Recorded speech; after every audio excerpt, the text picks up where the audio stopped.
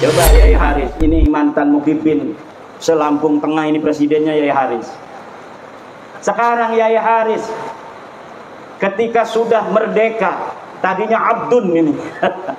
Orang kalau masih percaya kepada balai cucu Nabi, jiwanya akan merana, dibayang-bayangi oleh doktrin-doktrin yang tidak sesuai dengan ajaran Islam. Bahwa walaupun kamu sholat, kata Taufik Segaf, kamu puasa, kalau tidak ikut ajaran habaib, maka itu tidak akan diterima. Maka orang berilmu takut kewalat sama kabib, ilmunya, kitabnya diborongin aja ke tukang loak. Dia yang harus kewalat kepada kiai, dia yang harus kewalat kepada santri. Maka saya aneh itu kepada kiai yang ketika santrinya membaca kitab-kitab nasab, kemudian menyimpulkan Ba'lawi bukan cucu Nabi, dia malah marah. Katanya siapa saja yang membatalkan Ba'lawi ikut kepada Imaduddin Usman dari Banten, maka tidak barokah.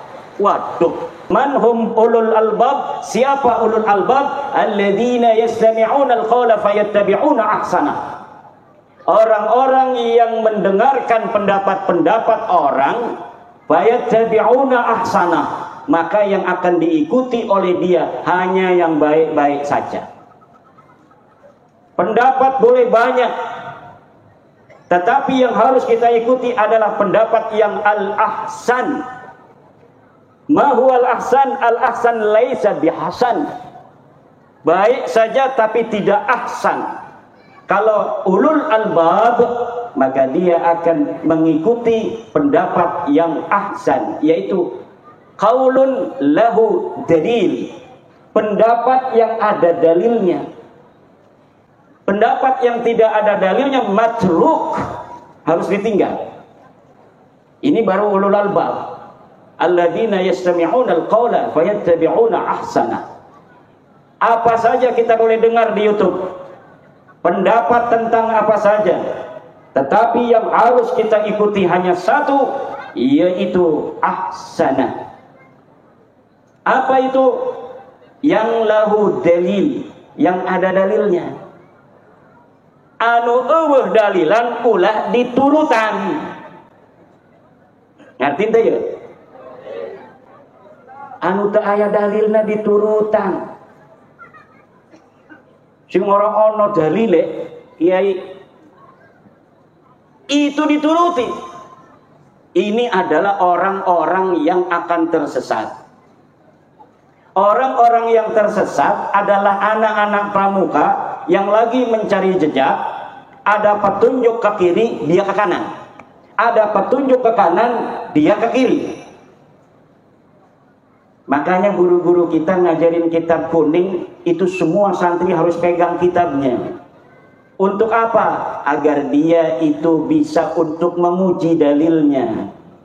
Kalau ngaji orang tua begini, ceramah kan nggak bisa langsung menguji. Apa betul yang dikatakan oleh penceramah ini? Jangan-jangan yang dikatakannya tidak sesuai dalil.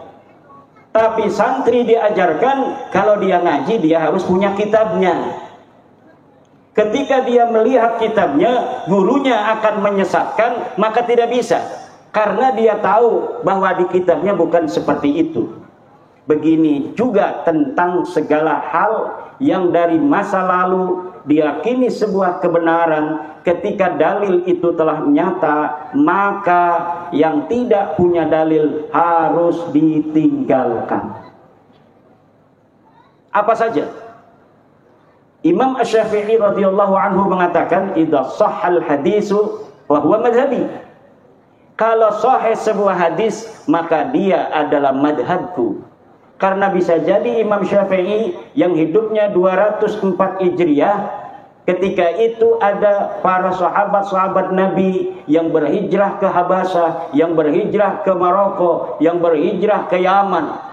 Kemudian Imam Syafi'i tidak mendapatkan hadis itu karena beliau tinggal di Madinah, kemudian pindah ke Irak, kemudian pindah ke Mesir. Bisa jadi ada hadis-hadis dari sahabat yang didapatkan dari Rasulullah, tetapi Imam Syafi'i belum mendapatkannya. Maka ketika masa Imam Syafi'i masih hidup, Imam Syafi'i wanti-wanti, idza sahhal hadisu fa huwa madhhabi. Kalaulah sahih kalian menemukan sebuah hadis, maka itu adalah madhabku. Makanya murid-murid Imam Asy-Syafi'i, Imam Buaiti, Imam Muzani, cucu-cucu muridnya Imam Nawawi, Imam Rafi'i, Ibnu Hajar, Imam Al-Ghazali, itu kadang-kadang mukhalifun lisyafi'i fi aqwalin liwujudi dalilin mukhalifin li imamihim. Mereka kemudian berbeda dengan imamnya, yaitu Imam Syafi'i, karena menemukan dalil yang berbeda dengan pendapat Imam Syafi'i. Ini yang diajarkan oleh ulama kita. Ini yang diajarkan oleh Imam Al-Ghazali. Lihat Imam Al-Ghazali bagaimana di Ihya beliau berbicara tentang ma'ul musta'mal. Lihat Ibnu Hajar, Imam Nawawi, betapa banyak kaul-kaul Ibnu Hajar, Imam Nawawi, Imam Rafi'i yang mukhalifan liqaulil Imam Syafi'i. Tetapi kemudian kita hari ini mutaakhirin menganggap itu adalah tetap pendapat daripada Imam Syafi'i. Kenapa? Karena Imam Ghazali, Imam Ibnu Hajar, Imam Rafi'i, Imam Nawawi bisa untuk mengkaji, mengetahui bahwa ini yang benar dan ini yang kurang benar, itu dari metodologi yang diajarkan oleh Imam Syafi'i.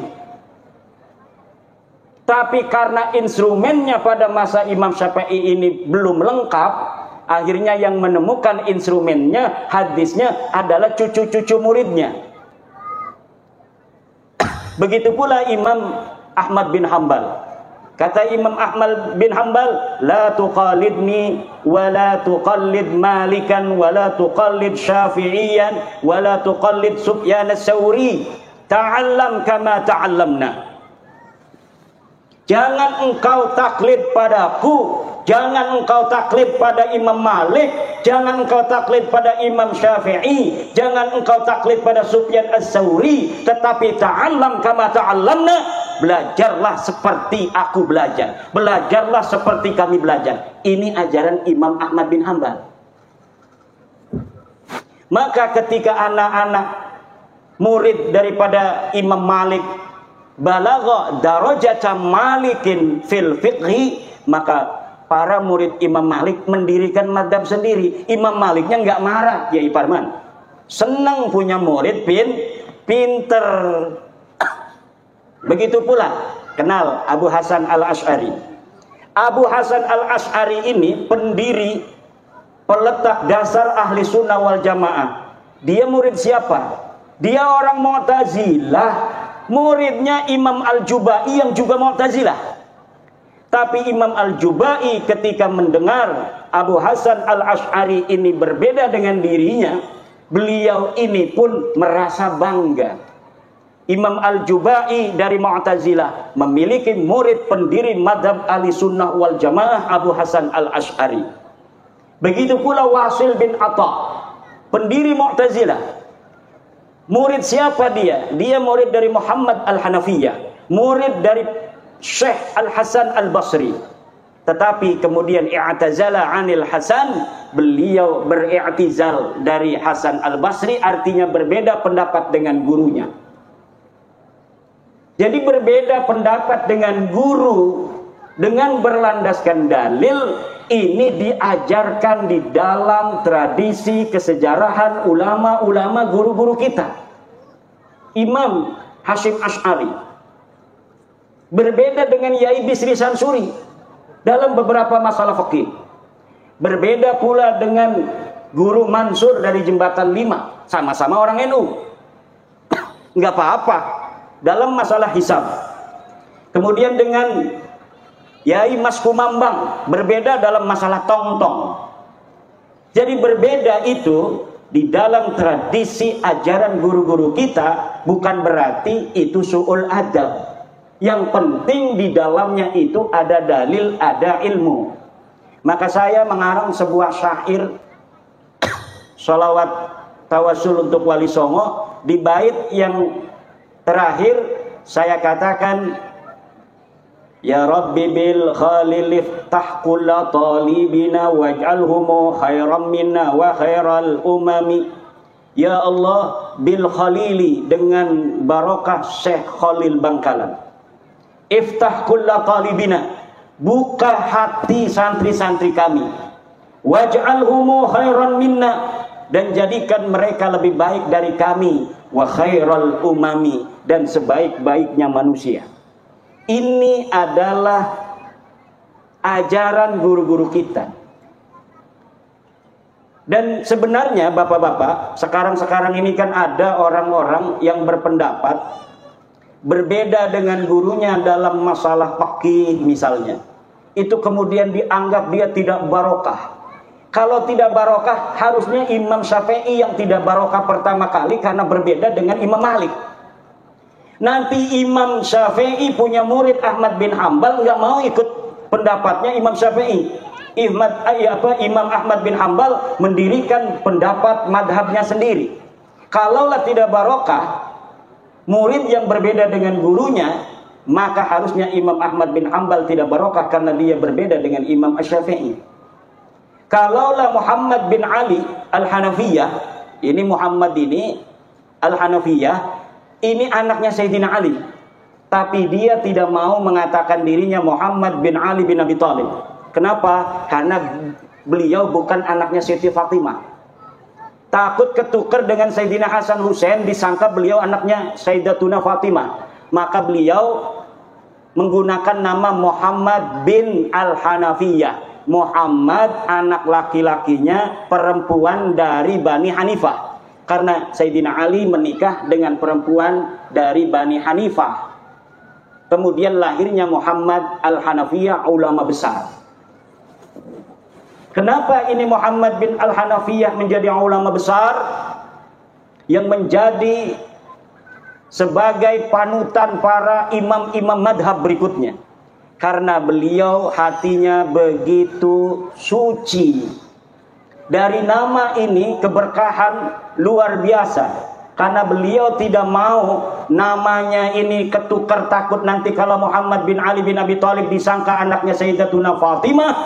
Maka dari situlah ketawaduan dia, keberkahannya. Ibu bapak hadirin ma'asyiral muslimin rahimakumullah. Ada kiai dari Madura. Ini saya ngomong begini ini karena ada kiai dari Madura, namanya Kiai Ja'far. Beliau ini lulusan Mekah. Kiai Ja'far lulusan Mekah. Kemudian beliau membaca kitab-kitab saya tentang nasabah Alawi, Kiai Haris. Dibaca oleh Kiai Ja'far, akhirnya Kiai Ja'far berkesimpulan yang sama, bahwa Ba'lawi ini bukan cucu Nabi. Kemudian dilaporkan ke gurunya. Dilaporkan ke gurunya ke Mekah. Setelah dilaporkan ke gurunya ke Mekah, gurunya bikin voice note. Setelah bikin voice note, beliau bikin lagi voice note, bahwa nanti akan saya buktikan sendiri bahwa betul-betul Ba'lawi ini bukan cucu Nabi. Ada lagi Yai Nur di Jawa Tengah, kiai yang murid-muridnya mendukung saya kemudian dimarahin. Murid-muridnya itu ketika membaca kitab, bahwa betul dalam kitab Tahdhibul Ansab 345 Hijriah tidak ada Ba'lawi disebut cucu Nabi. Betul tahun 370 di dalam kitab Muntaqilatut Talibiyah tidak ada Ba'lawi disebut cucu Nabi. Betul di dalam kitab Al-Majdi 490 Hijriah tidak ada Ba'lawi disebut cucu Nabi. Betul di dalam kitab Asy-Syajarah Al-Mubarakah 597 Hijriah bahwa Ba'lawi bukan cucu Nabi. Betul dalam kitab Al-Fakhri 614 Hijriah bahwa Ba'lawi bukan cucu Nabi. Betul dalam kitab Al-Asili 700 Hijriah bahwa Ba'lawi bukan cucu Nabi. Betul dalam kitab As-Sabatul Muson 787 Hijriah bahwa Balawi bukan cucu Nabi. Betul dalam kitab Umdatut Thalib Al-Kubra karya Ibnu Inabah 828 Hijriah bahwa Balawi bukan cucu Nabi. Dia selain membaca, dia kemudian memverifikasi di dalam kitab-kitab yang saya sebutkan. Akhirnya sekarang dia meneliti sendiri dan menurut Kiai Ja'far bahwa Ba'lawi ini memang bukan keturunan Nabi dan sebenarnya dia keturunan orang Syiah Ismailiyah. Ini kata Kiai Ja'far. Kiai-kiai yang lain juga di Jawa Tengah itu, Yai Nur Khatib, pengurus-pengurus NU, Surya NU, itu pengurus-pengurus PWI di Jawa Tengah yang sekarang ini sudah qat'iyan, sudah betul-betul hakul yakin bahwa Ba'lawi ini bukanlah daripada keturunan baginda Nabi besar Muhammad sallallahu alaihi wasallam. Itu pengurus-pengurus Surya PCNU. Jadi sekarang ini sebenarnya sudah kita tidak usah membicarakan tentang Ba'lawi bukan cucu Nabi, apa cucu Nabi? Karena ini sudah intasyara bainan nas. Bukunya Yai Nur Khatib sudah saya susun bahasa Indonesia 690 halaman. Di situ lengkap dalil-dalilnya. Saya sampai bosan Kiai Suparman suruh ngomong nasab melulu. Karena hampir 3 tahun. Kenapa? Sebenarnya masyarakat ini sudah pada yakin Ba'lawi ini bukan cucu Nabi. Sudah pada yakin semua. Kok masih ada yang bela? Nah, yang bela itu tinggal nunggu kecewa sedikit. Kecewa sedikit aja motornya dipinjam kemudian dijual. Baru dia yakin ini betul kamu bukan cucu Nabi. Kalau misalnya dia minjem motor, motornya nggak dikembalin. Kemarin ada juga itu di mana itu di Madura. Habib nyolong motor, pakai sarung lagi nyolong motornya. Nah, kata orang-orang yang membela, Kiai, bukankah keturunan Nabi itu tidak maksum? Betul tidak maksum. Kalau misalnya tidak maksum, berarti nggak usah ngomong-ngomong masalah akhlak, masalah kelakuan dari orang yang mengaku keturunan Nabi. Karena memang yang namanya manusia itu bisa berbuat dosa. Betul. Tapi kalau keturunan Kiai saja banyaknya jadi Kiai, masa iya keturunan Nabi akhlaknya sama sekali tidak mencontoh Nabi, bahkan 180 derajat berbeda dengan baginda Nabi besar Muhammad sallallahu alaihi wasallam. Nabi ngomong jangan nyuri, nyuri. Nabi ngomong jangan mabok, mabok. Nabi ngomong jangan zina, zina. Nabi ngomong jangan memakan harta orang dengan batil, dia colong HP orang, dia colong laptop orang. Teman saya ini Kiai di pondok pesantren di Tangerang, dia kalau ada tamu, kan orang namanya Kiai ada tamu itu dihormati. Kebetulan di mejanya ini ada laptop sama HP. Ini si Habib ini masuk, ya soal ngomong begana begini, minta duit, masuk ke kamar kan mau ngambil duit. Pas masuk ke kamar, balik lagi ngasih amplop, ini laptop sama HP hilang, kayak Nur Samad. Wah, HP saya sama laptop kemana? Enggak ada, dari tadi enggak ada laptop sama HP. Wah, saya naruh di sini katanya. Nah, untung dia rumahnya pakai CCTV. Akhirnya dia masuk ke ruang CCTV, dia lihat, ya bener dia orangnya yang nyuri itu HP dengan laptop. Ini yang terjadi. Ini sebelum bab nasab ini ya ini. Alhamdulillah setelah bab nasab ini menyebar ke seantero Nusantara, orang-orang yang dari Ba'lawi yang dawir-dawir begini ini sudah tidak mendapat tempat. Sekarang siapa kiai-kiai kita sudah paham. Dia nakut-nakutin dengan kualat, enggak takut sekarang kiainya. Karena dia memang lebih mulia. Lah orang berilmu itu kemuliaannya nas, Kiai Suparman, jangan takut. Orang berilmu itu kemuliaannya dinas oleh Al-Quran, dinas oleh Al-Hadis. Sedang keturunan Nabi tidak ada nas Al-Qurannya, tidak ada nas hadisnya. Ini walaupun yang sahih, apalagi yang palsu kayak Ba'lawi. Yang sahih saja, keturunan Nabi yang sahih, Kewajiban mencintainya itu tidak dinas dalam Al-Quran, tidak dinas dalam Al-Hadis. Adanya dalam qaul ulama. Seperti Syekh Abdul Wahab Asy'arani di dalam kitab-kitab tasawufnya. Tapi kalau kita cari dalilnya, di mana iya Syekh Abdul Wahab Asy'arani istidlalnya, ayatnya mana, hadisnya mana? Tidak ada mustanadnya. Tidak ada sandarannya. Tapi kalau ulama, kemuliaan ulama dinas oleh Al-Quran. Yarfa'illahu alladhina amanu minkum walladhina utul ilma darajat. Syahidallahu annahu la ilaha illa huwa wal malaikatu wa ulul ilmi. Itu dinas oleh Al-Quran kemuliaan daripada orang berilmu. Maka orang berilmu takut kewalat sama kabib, ilmunya, kitabnya diborongin aja ke tukang loak. Dia yang harus kewalat kepada kiai, dia yang harus kewalat kepada santri. Kenapa? Ya santri tahu sendiri Kiai Haris. Walaupun Kiai Haris tadi cerita diserneni melulu sama kiai, lah memang kiai begitu. Kiai itu memang begitu. Kadang marah melulu kiai itu. Saya punya guru itu tukang marah banyak. Yang tidak pernah marah juga banyak. Saya mondok di banyak pondok. Ini Kiai Mustafa ini teman satu pondok di Pondok Pesantren At-Thahiriyah. Kiainya marah melulu. Kiainya marah melulu. Mondoknya sama Abuya Dimyati dengan Abuya Suhaimi dari Kronjo Tangerang. Tiga-tiganya tukang marah semua. Murid daripada Syekh Thohir Pelamunan. Jadi Syekh Thohir Pelamunan punya murid Abuya Dimyati, Abuya Hasuri, Abuya Suhaimi. Bikin pondok tiga-tiganya, itu kalau sudah marah, ya begitu. Tapi dimarahin kiai barokah. Alhamdulillah. Saya pernah di setan-setan di babi-babi itu di pondok. Sama Abayai Hasuri. Barokah.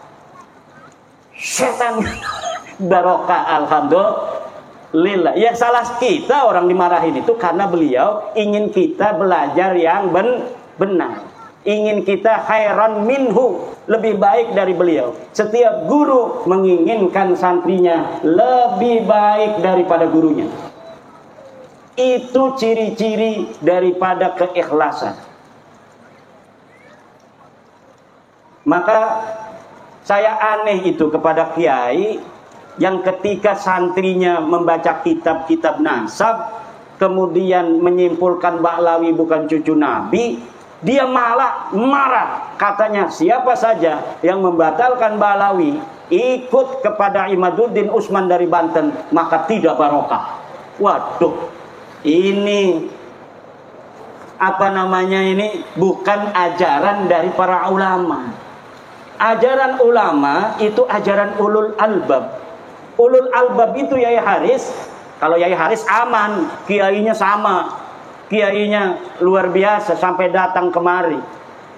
Ulul albab itu alladzina yastami'una al-qaula fayattabi'una ahsana. Orang-orang yang mendengarkan pendapat boleh banyak, tapi yang diikuti hanya yang terbaik. Apa yang terbaik? Lahu dalil. Pendapat yang ada dalilnya. Coba Yai Haris, ini mantan Mukhibin se-Lampung Tengah, ini presidennya Yai Haris. Sekarang Yai Haris ketika sudah merdeka, tadinya abdun ini. Orang kalau masih percaya kepada Ba'lawi cucu Nabi, jiwanya akan merana. Sekarang ini yang ikut-ikut masih Mukhibin, itu jiwanya merana. Dia manusia, tapi sepertinya dia tidak merdeka seperti manusia lainnya. Dibayang-bayangi oleh doktrin-doktrin yang tidak sesuai dengan ajaran Islam. Bahwa walaupun kamu sholat, kata Taufik Segaf, kamu puasa, kalau tidak ikut ajaran habaib, maka itu tidak akan diterima. Nah ini dari mana itu ajaran itu? Tidak ada ajarannya apa? Bahwa santri-santri kalau kamu sudah pinter, jangan merasa kamu lebih mulia dari Habib. Enggak ada ajarannya. Tidak ada ajaran dalam Islam manusia lebih mulia dari orang lain berdasarkan karena keturunan. Tidak ada. Bu, tidak ada manusia lebih mulia dari orang lain berdasar keturunan. dalam ajaran Islam. Dalam ajaran Islam, inna akramakum indallahi atqakum. Sesungguhnya yang paling mulia adalah orang yang paling bertakwa.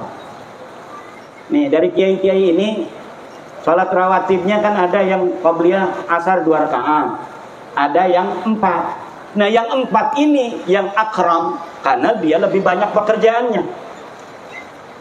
Kalau misalnya ada yang tahajud 3 rakaat dengan witir, ada lagi yang tahajud 100 rakaat. Kan gak ada yang tahu ini. Yang sholat tahajud 3 rakaat nggak ngomong-ngomong sama orang, yang tahajud 100 rakaat juga nggak ngomong-ngomong. Tapi yang tahu itu kan Allah. Yang tahu semuanya Allah. Maka siapa yang lebih mulia di dalam pandangan Allah? Orang yang tahajudnya 100 rakaat. Kenapa? Karena aksaruhum amalan, lebih banyak amalnya. Siapa orang yang amalnya lebih banyak, maka sawabnya juga aksar, sawabnya lebih banyak juga. Nah, sekarang ini kita sedang memerdekakan PWI ini, Kiai Haris Lampung Tengah bagian timur. Kita sedang memerdekakan orang-orang yang masih jadi budak. Nah, sama budak itu jangan keras. Bil mau'idotil hasanah. Kalau ada yang mau berdebat, wajadilhum billati hiya ahsan. Saya itu kalau berdebat dengan orang ya tidak pernah marah-marah. Pernah sekali dengan Gus Fahrur. Gus Fahrur yang ketua PBNU itu. Karena apa? Udah kesel itu.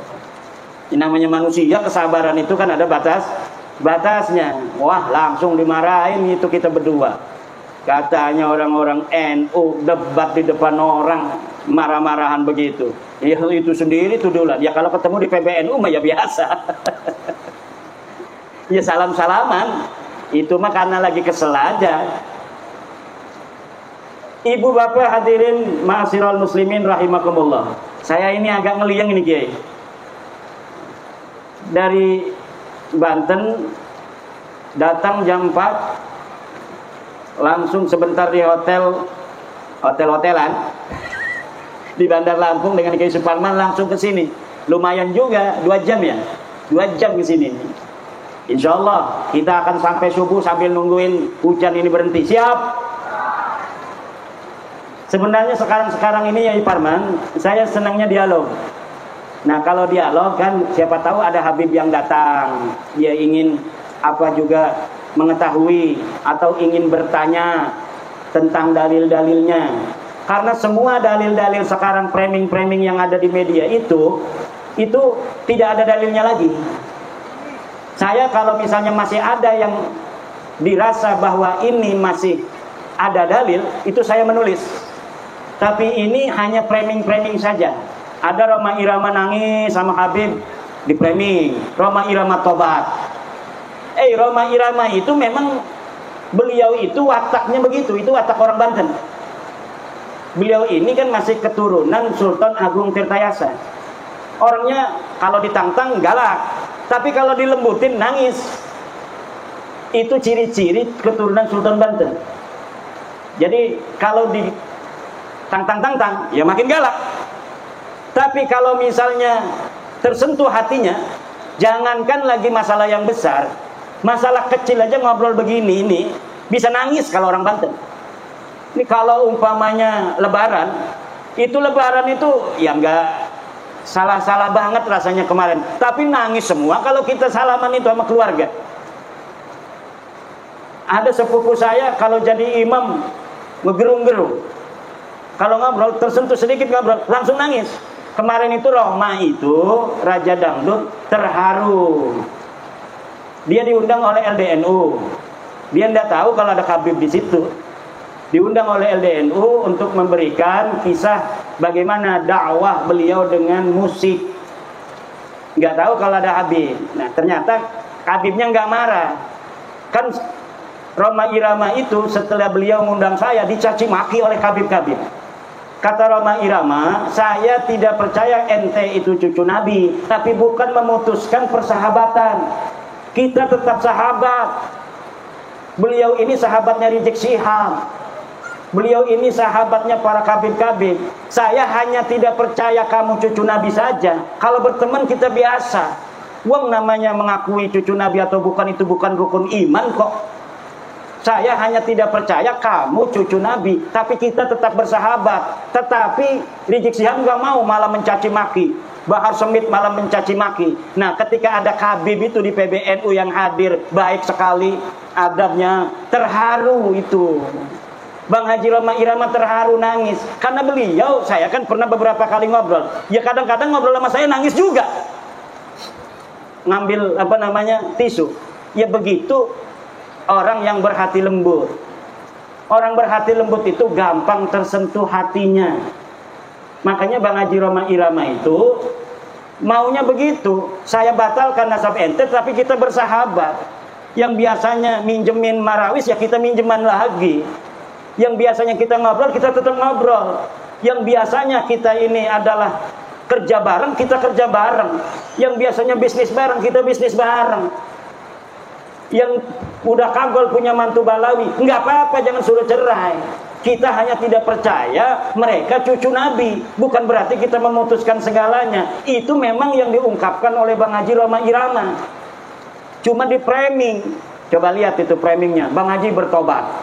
Dengerin apa yang diomongin Bang Haji. Apa benar dia ngomong bahwa Balawi sekarang saya cucu Nabi? Nggak ada. Itu hanya framing-framing. Karena Bang Haji Roma Irama pengennya begitu. Saya batalin itu nasab ente bukan berarti kita bermusuhan. Karena memang tidak ada dalilnya. Ente ngaku tahun 895 Hijriah. Sebelumnya nggak ada. Sedangkan orang yang diaku itu hidupnya tahun 345 Hijriah. Nah, di dalam tahun 345 Hijriah sudah ada kitab nasab, keturunan Nabi dicatat semua, tapi ente nggak ada. Katanya ente turunan Ubed. Ubed nggak dicatat sebagai keturunan Nabi. 550 tahun. Di dalam kitab Silsilatil Alawiyah nggak dicatat. Di dalam kitab Tahdhibul Ansab tidak dicatat. Muntaqilatut Talibiyah tidak dicatat. Al-Majdi tidak dicatat. Itu semua di abad 5. Masuk ke abad 6 ada kitab karya Imam Al-Fahru Raji, Kiai Haris. Imam Al-Fahru Raji itu seorang ahli tafsir, ahli usul fiqih. Kalau ada lafaz al-imam dimutlakkan dalam usul fiqih, maka al-muradu al-imam ar-Razi. Nah, beliau menulis kitab nasab. Beliau menulis kitab nasab namanya Asy-Syajarah Al-Mubarakah. Beliau menulis Ahmad bin Isa punya anaknya cuma 3, Muhammad, Ali, dan Husain. Tidak ada anak yang bernama Ubed. Itu tahun 597 Hijriah. Kemudian muridnya, penulis kitab Al-Fahri, itu wafat 614 Hijriah. Menulis juga tidak ada nama Ubed sebagai anak Ahmad bin Isa. Kemudian kitab Al-Asili. Kemudian kitab As-Sabatul Muson, kemudian kitab Umdatul Talib Al-Kubra. Semuanya tidak ada yang nulis bahwa Habib ini putune Kanjeng Nabi. Tidak ada.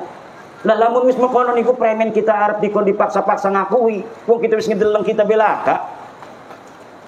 Premen maning ukur urusanane. Apa kita harus berbohong gitu demi kamu? Bahwa kamu cucu Nabi walaupun kita nggak percaya kan nggak bisa. Jadi udah kata saya. Ini udah selesai. Bahwa ente bukan cucu Nabi. Tes DNA ini melenceng di Haris. Wong India, wong Kaukasus. Bukan orang Arab. Nggak ada keturunan Arab sama sekali jalur laki-lakinya itu. Nggak ada. Maka sudah beres aja biasa. Ayo kita bareng-bareng lagi. Yang biasanya datang tuh ke rumah saya jual minyak wangi, silakan. Saya bayarin 5.000. Yung minyak wangi 5.000 kok, pengennya 500.000. Udah, ayo dagang. Kalau misalnya kita suka kepada barangnya kita beli. Enggak, gara-gara ente Balawi kita suka barangnya enggak beli, enggak bakal. Ayo kayak orang-orang biasa lagi. Bahwa ente bukan cucu Nabi itu sudah hakul yakin. Tajalla tajalliyan zahiran bayyinan. Orang yang masih percaya itu dosa besar itu Kiai Suparman itu. Premen orang dosa besar yang menisbatkan orang yang bukan cucu Nabi diomong cucu Nabi. Itu ida bi Rasulillah. Walladzina yuduna Rasulullah lahum adzabun alim. Orang yang menyakiti Rasulullah itu akan mendapatkan siksa yang besar. Bagaimana coba? Orang yang bukan cucunya Nabi berbuat zina, minum-minuman, narkoba dan sebagainya, sering itu sekali ada di berita. Kemudian kita masih meyakini mereka sebagai cucu Nabi.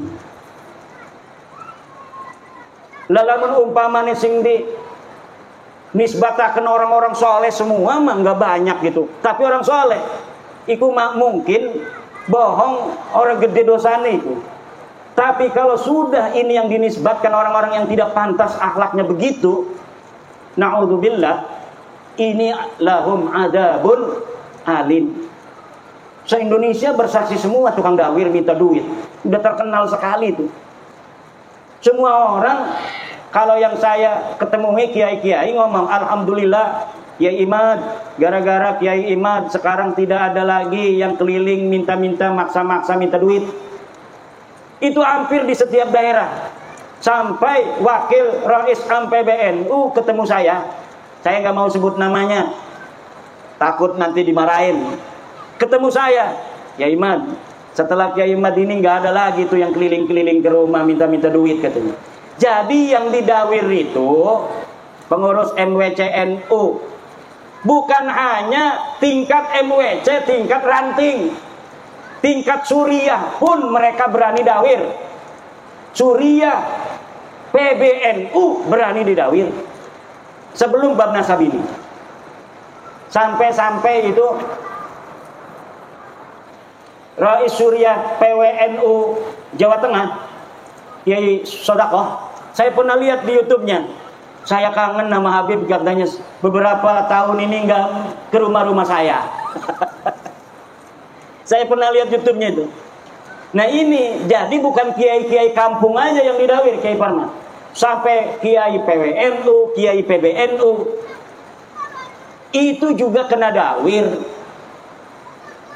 Pertama saya untuk meneliti itu bukan karena dawir, karena memang saya itu tidak berada di daerah yang sering kena dawir.